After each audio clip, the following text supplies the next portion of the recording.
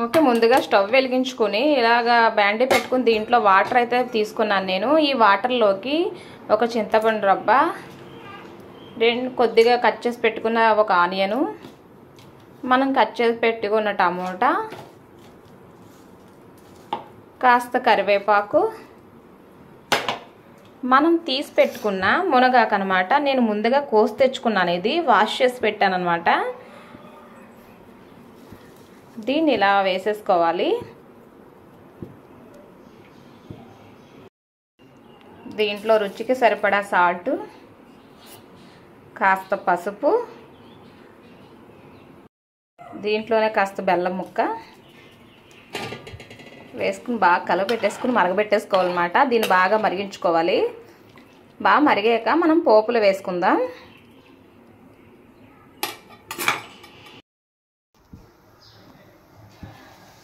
కాస్త మెంతిపొడి వేసుకోవాలి. ఫస్ట్ పోపు పెట్టేసుకుంటున్నాను నేను చారుకి.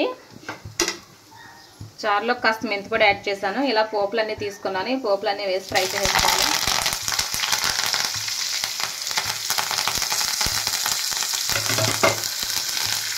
ఇందాక మొత్తం ఒక బౌల్లో తీసుకున్నాను కదా మునగాకు, కాస్త చారులో వేస్తాను అనమాట. ఇంకా ఉంటే ఇలా పోపులో వేసి ఫ్రై చేసేసుకోవాలి.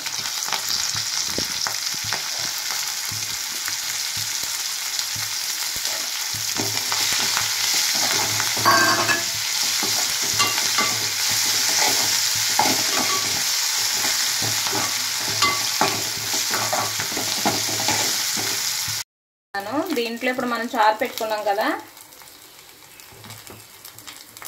ఆ చారుని అయితే యాడ్ చేస్తున్నాను.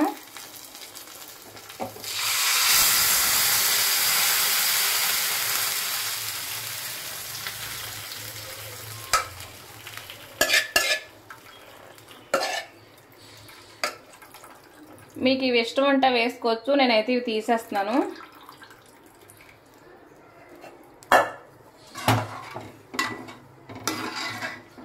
మన మునగాకు చారు రెడీ అయిపోయింది.